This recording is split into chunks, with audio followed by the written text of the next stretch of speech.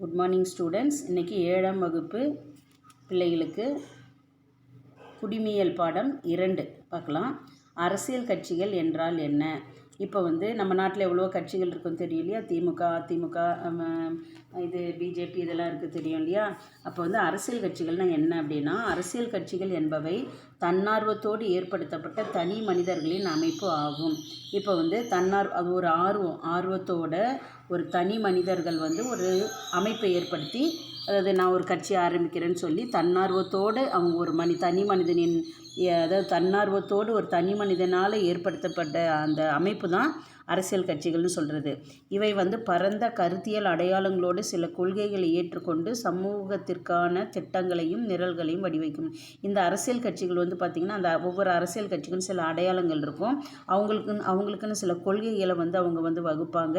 அப்புறம் சமுதாயத்திற்கு என்னென்ன திட்டங்கள், அதாவது சமுதாயத்திற்கு என்னென்ன நல்லது பண்ணலாம், நம்ம கட்சி ஜெயிச்சு வந்தால் நாட்டுக்கு என்னென்ன பண்ணலான்னு சில திட்டங்கள் எல்லாம் அவங்க தொகுத்து வடிவமைப்பாங்க. இதுதான் அரசியல் கட்சியோட வேலைகள். மேலும் அரசியல் கட்சிகள் மக்களின் ஆதரவை பெற்று தேர்தலில் வெற்றி பெறுவதன் மூலம் தமது கொள்கைகளை நடைமுறைப்படுத்துகின்றன.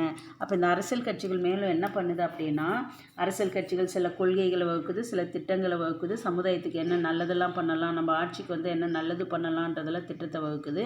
அதுக்கப்புறம் மக்களுடைய ஆதரவை முதல்ல எங்கள் கட்சி ஜெயிச்சு வந்தால் இப்படியெல்லாம் பண்ணுவோம் அப்படின்னு சொல்லி சில நன்மைகள்லாம் சொல்லி மக்களுடைய ஆதரவை முதல்ல பெற்றுக்கொள்ளுது. அதுக்கப்புறம் தேர்தல் நிற்குது. அந்த தேர்தலில் வெற்றி பெற்று அப்புறம் தன்னுடைய தான் வகுத்திருக்கிற அந்த கொள்கைகளை நடைமுறைப்படுத்துது. இதுதான் அரசியல் கட்சியோட வேலை.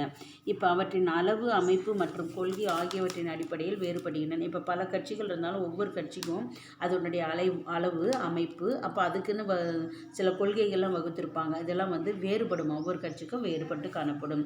எந்த ஒரு அரசியல் கட்சியும் பின்வரும் 3 கூறுகளை கொண்டிருக்கும். ஒவ்வொரு அரசியல் கட்சியிலும் 3 பிரிவு இருக்கும். என்ன அப்படின்னா, ஒரு கட்சின்னு ஒன்று தொடக்கப்படுது அப்படின்னா அதுக்கு நிச்சயமாக ஒருத்தர் தலைவராக இருப்பார். அவர் தான் ஸ்டார்ட் பண்ணியிருப்பார்.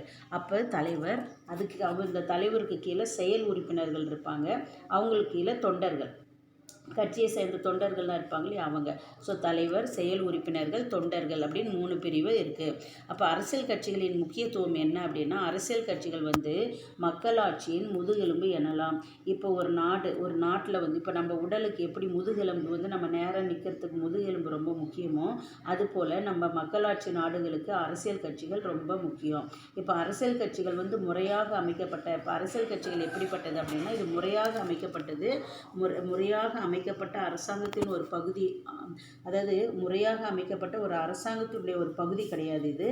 அப்போ அரசியல் கட்சிகள் முறையாக அமைக்கப்பட்ட அரசாங்கத்தின் ஒரு பகுதியாக இல்லாமல் அரசாங்கத்தை அமைக்கும் முக்கிய காரணிகளாக இருக்கின்றன. இப்போ அரசாங்கத்தை அமைக்கிற ஒரு முக்கிய காரணியாக அந்த அரசியல் கட்சிகள் இருக்கின்றன. அவை பொது கருத்துக்களை உருவாக்குகின்றன. இதுக்குன்னு சொல்லிட்டு ஒவ்வொரு கட்சிக்குன்னு சில பொது கருத்துக்கள் இருக்குது. ஸோ இந்த அரசியல் கட்சிகள் பொது கருத்துக்களை உருவாக்குது. கட்சிகள் குடிமக்களுக்கும் கொள்கை வகுப்பாளர்களுக்கும் இடையே பாலமாக சேவை செய்கின்றன. ஒவ்வொரு அரசியல் கட்சிகளும் நம்ம குடிமக்கள்னால் நம்ம, அப்போ ஒவ்வொரு அரசியல் கட்சிகளும் குடிமக்களுக்கும் அந்த கொள்கையை வகுக்கிறாங்க இல்லையா, அவங்களுக்கும் இடையில் இந்த அரசியல் கட்சிகள் பாலமாக இருக்கிறது.